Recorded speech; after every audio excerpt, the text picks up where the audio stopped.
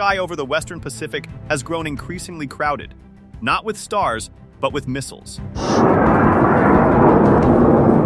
In recent years, the region surrounding the Philippines has witnessed a dramatic rise in missile tests and military exercises.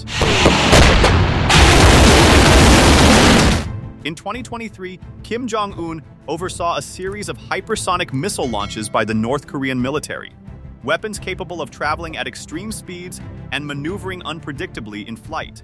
Analysts warned that some of these systems could potentially reach targets across much of East and Southeast Asia. At the same time, tensions have intensified in the South China Sea. Military drills conducted by People's Liberation Army near contested waters have become more frequent, while advanced missile systems continue to be deployed across the region. For countries located along major sea lanes, particularly the Philippines, these developments raise a difficult but unavoidable question. Is the country prepared for the missile threats of the modern era? The Philippines sits in one of the most strategically important locations in the world.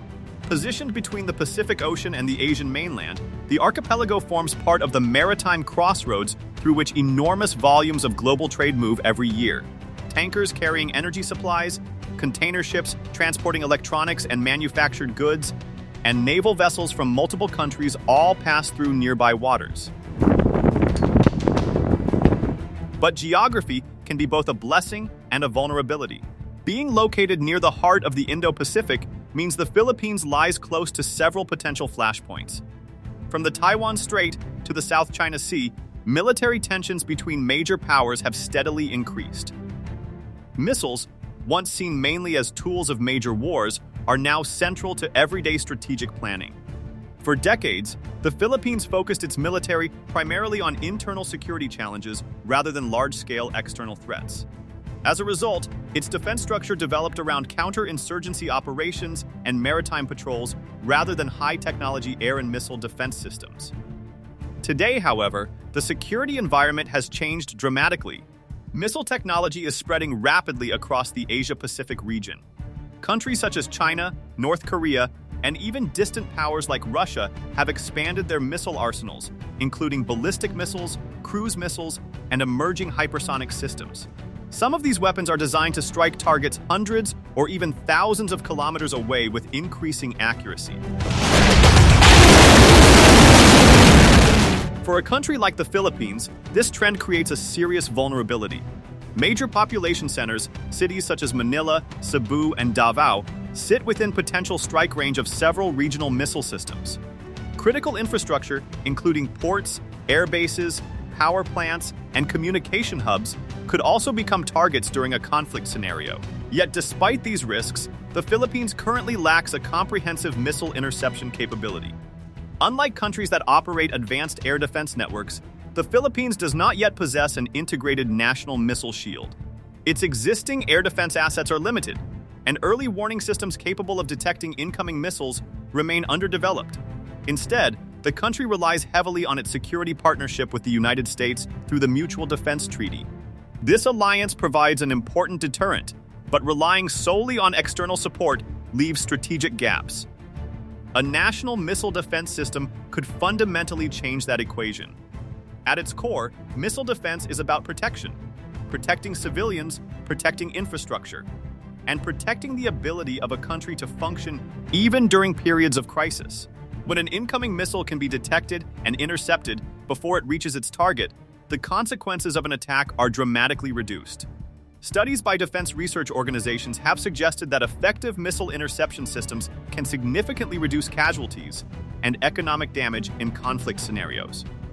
Even the presence of such systems can serve as a powerful deterrent. If a potential attacker knows that missiles may be intercepted, the strategic value of launching them decreases. In other words, missile defense makes aggression less attractive. For the Philippines, this capability would also strengthen national sovereignty.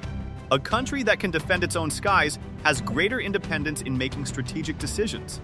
It becomes less vulnerable to coercion and more confident in asserting its interests in regional disputes. This matters particularly in areas like the West Philippine Sea, where tensions have occasionally flared over competing maritime claims. Defensive capabilities such as radar networks and missile interceptors would not change the legal dimensions of these disputes, but they would enhance the country's ability to protect its territory and infrastructure. There are several types of missile defense technologies that the Philippines could potentially explore. One option is systems similar to THAAD, which intercept ballistic missiles during the final stage of their trajectory. Another possibility is naval-based protection through platforms connected to the Aegis ballistic missile defense architecture. Land-based systems such as the Patriot missile system could provide point defense for critical locations like military bases and major cities. Each of these systems operates differently, but together they form the concept of layered defense, multiple detection and interception points that increase the probability of stopping incoming threats. Building such a shield would require significant investment. Radar installations would need to be deployed across the archipelago, linked to command centers capable of coordinating responses in real time. The armed forces would require specialized training, and cybersecurity protections would be essential to prevent digital interference with defense networks. The financial cost would certainly be substantial. Missile defense systems are among the most technologically complex and expensive components of modern military forces. Yet the cost of vulnerability could be far greater. A single successful missile strike on critical infrastructure could disrupt economic activity across the entire country. Ports, airports, and industrial zones represent billions of dollars in investment.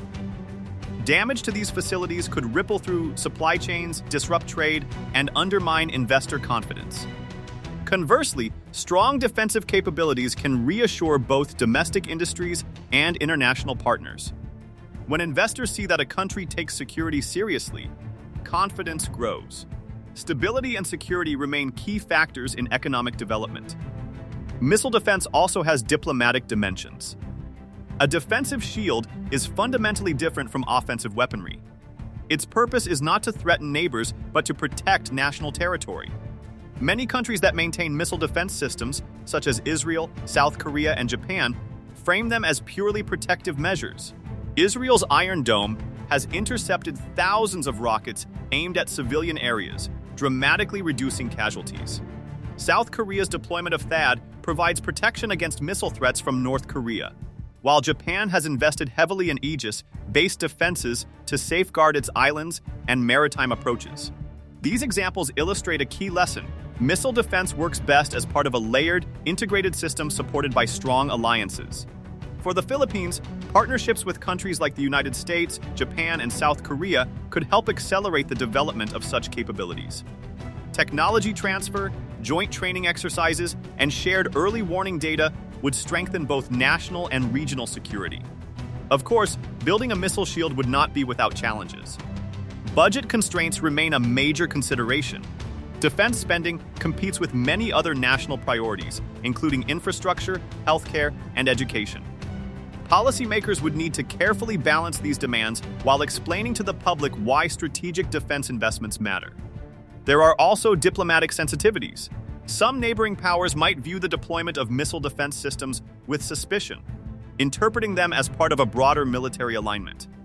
Managing these perceptions would require careful communication. Emphasizing the purely defensive nature of missile shields and integrating them within regional security dialogues can help reduce misunderstandings. Ultimately, the debate over missile defense reflects a deeper transformation in how nations think about security. In the past, geography alone provided some protection for island nations like the Philippines. Oceans acted as natural buffers against invasion. But in the age of long-range missiles and hypersonic technology, distance no longer guarantees safety. Security today depends on preparation. The Philippines stands at a strategic crossroads in the Indo-Pacific. Its location places it at the intersection of global trade routes, regional alliances, and geopolitical competition. As the strategic environment continues to evolve, the country faces difficult choices about how to protect its people and its sovereignty. Developing a missile shield will not solve every security challenge, but it represents an important step toward building a more resilient defense posture, one capable of responding to the realities of modern warfare. In an era when threats can travel thousands of kilometers in minutes, waiting until a crisis emerges may simply be too late. Preparing today ensures that when the next test of regional stability arrives, the Philippines will not be caught unprotected beneath the skies.